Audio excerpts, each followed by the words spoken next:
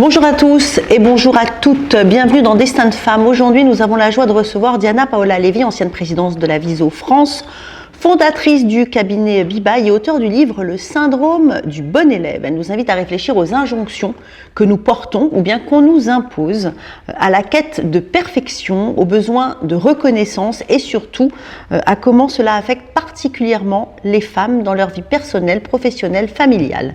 Et nous allons parler de son parcours, de ce syndrome, mais aussi de la solution qu'elle propose pour permettre aux femmes de se libérer, de se réapproprier leur voix, leur confiance et leur destin. Bonjour, quel plaisir un honneur de te recevoir ici. Pour moi aussi, c'est un honneur. Alors, on va parler ensemble d'abord de ton premier souvenir d'école et la situation où tu t'es dit que finalement, bien faire, ce serait une exigence centrale de ta vie. Déjà, ce livre, je ne l'ai pas écrit pour moi. Je l'ai surtout écrit pour poser les choses et les 1700 hommes et femmes, mais surtout les 1052 femmes que j'ai accompagnées au cours de ma carrière. Et si je reviens sur un point d'école qui m'a marqué une grande partie de ma scolarité, c'est cette notion de perfectionnisme. Or, je ne le suis pas du tout.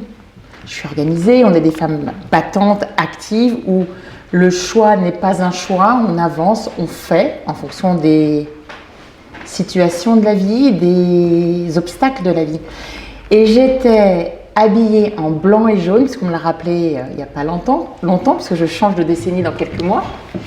Et on m'a dit, tu te souviens, à l'école, tu étais en blanc et jaune, donc le jaune a une couleur symbolique ces derniers mois, et tu avais les lacets de tes baskets jaunes que tu avais changés, ton chouchou jaune, ton détail jaune, ta ceinture jaune. Et en fait, quand ça m'est revenu aujourd'hui, je me suis dit, c'est important d'avoir le sens du détail parce que c'est ce qui fait la différence. Et en même temps, avoir cette vigilance sur le trop. Oui, alors justement, est-ce que tu peux nous parler de ta famille, de ton éducation et comment ce syndrome dont tu nous parles, du bon élève, a été nourri?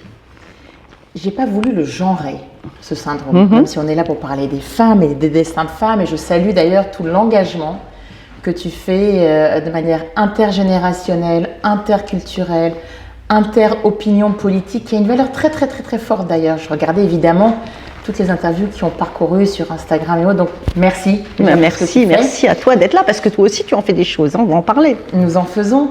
Je ne suis pas sûre que ce soit mon schéma qui nourrit ce livre. C'est vraiment le fruit de ces 15 dernières années où j'ai accompagné notamment ces 1052 femmes qui, en général, sont dans des process de cession d'entreprise, dans des process d'onboarding, donc de prise de poste et de fonction. J'ai travaillé 15 ans dans le luxe et aujourd'hui sur des postes à fonction. Et très souvent, elles me disaient « oui mais », donc outil numéro 1, c'est « oui mais ». Oui. On a des qualités et pourquoi faut-il ajouter le mais. C'est le syndrome de l'imposteur? C'est un mélange. Le syndrome de l'imposteur, c'est 10% du syndrome du bon élève en réalité. Et ce oui mais est interdit à proscrire. Le deuxième point, c'est dans mes clients, et c'est le fruit aussi de mon livre, c'est la sémantique qu'on utilise. Il faut que je fasse un régime. Je dois aller chercher mes enfants à l'école.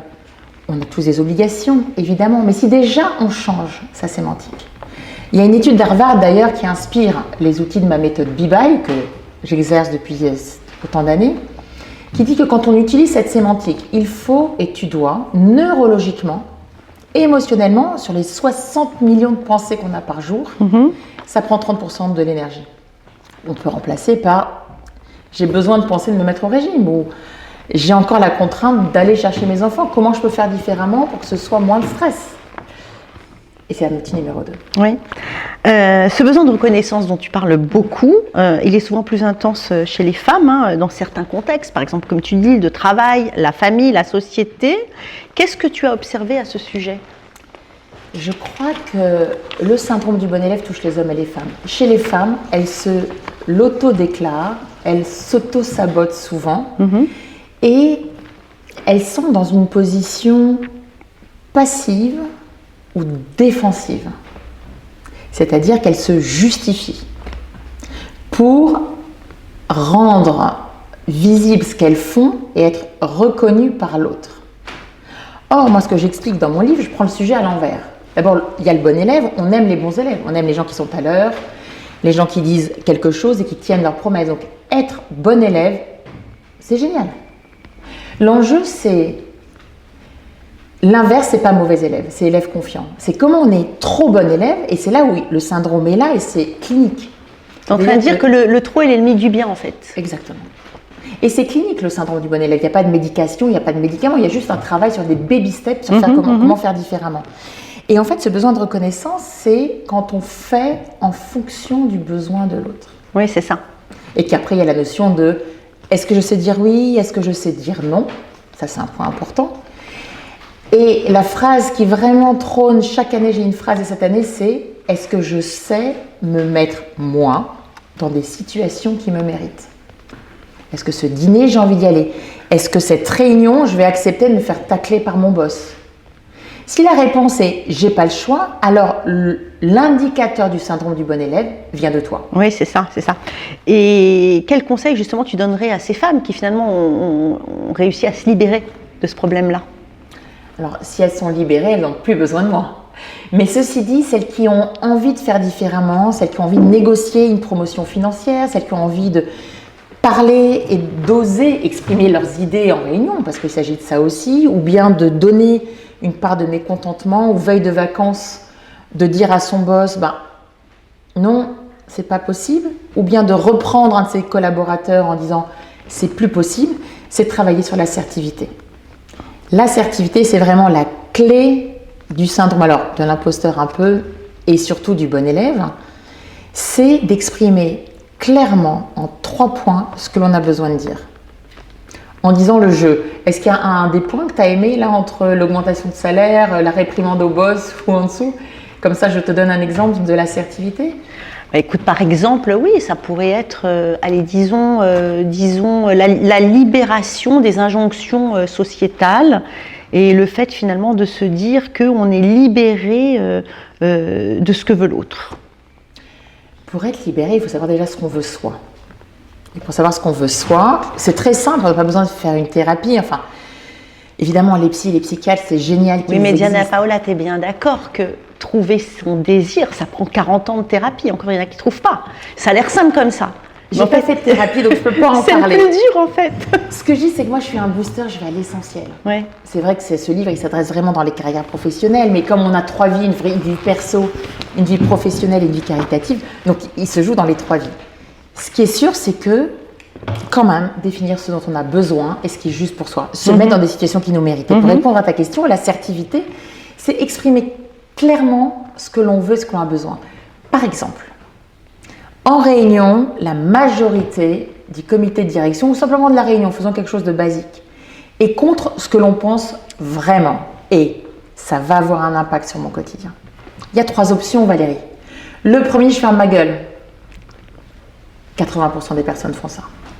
Le deuxième, ma posture change. D'un air de dire, on le voit, on croise les regards des uns des autres, on voit qu'on n'a pas d'adhésion et corporellement, ça se sent. Et les autres ont l'impression de gagner. Et donc, du coup, on s'auto-met dans une position de soumission. Évidemment, c'est facile à dire. La troisième option, c'est d'avoir la posture et le ton. Ça se travaille. 3 choses. Le regard, les silences et la voix. Dans ces conditions, j'ai vu que c'est la majorité qui a voté pour ce point. Deuxième point, je me calerai à la majorité puisque c'était le choix. J'ai juste besoin de vous dire que ma vision était celle-ci. Je sais qu'en vous le disant, ça peut me porter préjudice et c'était important que vous en ayez connaissance. Ouais. Et au moins, je dors bien la nuit. Oui, non, mais j'ai bien compris. Mais si tu veux, on a bien compris et tu l'as dit que c'est pas si simple que ça. Toi, tu es quand même très perfectionniste. Comment tu as réussi à dépasser ça? Je crois que je suis pas perfectionniste, mais j'aime gagner. Et j'arrive à twister l'échec.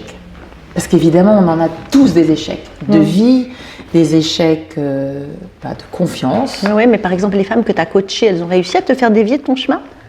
Tu as rencontré des chemins particuliers qui t'ont dit, tiens, finalement, je vais réfléchir, c'est peut-être mieux de faire comme elle? D'abord, la sororité est inspirante. Pas comme elle, mais m'inspirer. J'aime les gagnants, j'aime les gens plus forts que moi et meilleurs que moi. En revanche, il y a une cliente qui m'a déroutée. Oui. Dans mon livre, il y a 52 outils. J'en ai pas porté, mais j'ai des flyers et ils sont sur mon Instagram. Et j'ai pour habitude de dire, quand tu ouvres le livre sur les 52 outils, tu tombes sur un outil et il te parle. Et une de mes clientes me dit, ok, est-ce que vous pouvez le faire vous aussi? J'ai évidemment très sûr Et ça, de c'est moi. déroutant, bien sûr. Ça, c'est déroutant. Donc, je l'ouvre. Déjà, je tombe sur l'outil 26, qui est un chiffre puissant. Et c'était renoncement personnel. Et je lis pourquoi faire différemment. Et je me suis mise à pleurer. Et j'ai mesuré à quel point, pourtant c'est mon métier, depuis 20 ans, je me mettais en deuxième plan. Sauf que ça ne se voit pas. Je suis dans une invisibilité de ce que je fais. Et on me tague de forte, on oublie que j'ai un cœur et qu'on peut aussi avoir des problèmes. Donc oui, ça m'est arrivé d'être déstabilisée, évidemment. Ouais, et justement, il y a eu des moments de doute, des burn-out, des remises en question, justement à cause de ce syndrome de vouloir bien faire. J'en vois beaucoup dans mon environnement. J'ai la chance de le voir de loin. Oui. Et est-ce qu'il y a une routine que tu recommandes justement pour prendre de la distance face à ce, Il y a deux phrases. perfectionnisme? Warning sur les burn-out et les brown-out. Vous savez, le toast, quand il est cramé, on essaye 10 minutes d'enlever le noir, finalement on le jette à la poubelle. C'est quand on dit « je suis fatiguée » 3 fois dans la semaine, mais vraiment fatiguée. Donc ça, il faut faire attention. Warning, carton jaune pour ceux qui jouent au foot. Oui. Je sors de l'UEFA en Suisse, donc j'ai ce petit clin d'œil. Oui. Et le deuxième, c'est « j'ai pas le choix ». Parce qu'en fait, évidemment, il y a des périodes où c'est compliqué, où c'est tendu, où on doit se résigner à la fatalité de la vie, aux décisions où 100% ne nous appartient pas. Mais en réalité, déjà de se dire qu'on n'a pas le choix, c'est se brider. C'est ça. Il y a toujours une fenêtre, il y a toujours quelque chose. Il y a toujours le choix en réalité. Et Nelson Mandela dit souvent, soit on gagne, soit on apprend. Alors là aussi, facile à dire. Mais quand on a ce mindset, Valérie, que tu as aussi, c'est porteur et boostant. Sur les 52 outils, là, il n'y en a pas un qui est plus important que l'autre. Tu ne veux pas nous en parler d'un ou deux, là, très rapide? L'auto-sabotage. Ah, l'auto-sabotage, ça c'est grave. C'est très grave. C'est très grave parce que c'est souvent injuste. Et c'est très français. J'ai la chance d'avoir loupé Sciences Po Paris, très jeune, et très vexée. À l'époque, j'avais un gros ego, et pour moi, louper Sciences Po Paris, c'était un affront. Et j'ai eu l'opportunité et la chance d'aller le faire aux États-Unis. Et je me suis rendu compte que la notion d'échec chez eux était une qualité. Oui. En fait, pour réussir, il faut passer par des échecs et tomber pour mieux se relever. Exactement. Comme merci beaucoup Diana Paola pour cet échange généreux, cet échange éclairant. Vous nous rappelez que le destin d'une femme n'est pas fait pour tout maîtriser. Il peut parfois lâcher prise. Il peut apprendre avec des imperfections. Il faut trouver sa voie, sa liberté, et tout ce qui se voit finalement n'est pas si simple à voir, vous nous l'avez dit. Votre livre, Le syndrome du bon élève, offre des chemins réels pour vivre plus sereinement, vous transformer, et ce qui pourrait être finalement un fardeau peut devenir une force intérieure. En tout cas, moi, c'est ce que j'ai ressenti. Et j'espère que ce témoignage va résonner chez tous ceux et toutes celles qui sont en train de nous regarder et qui veulent se libérer pour vivre pleinement selon leur vérité. Chacun la sienne. Et si vous pouvez terminer chacune de vos journées en disant « je suis fière » 3 fois avant d'aller vous coucher, sans rajouter le « mais », ça, ce serait formidable. Ce sera un joli cadeau de vie que vous ferez à vous, de vie. Allez, je suis fière, je suis fière, je suis fière. Merci beaucoup.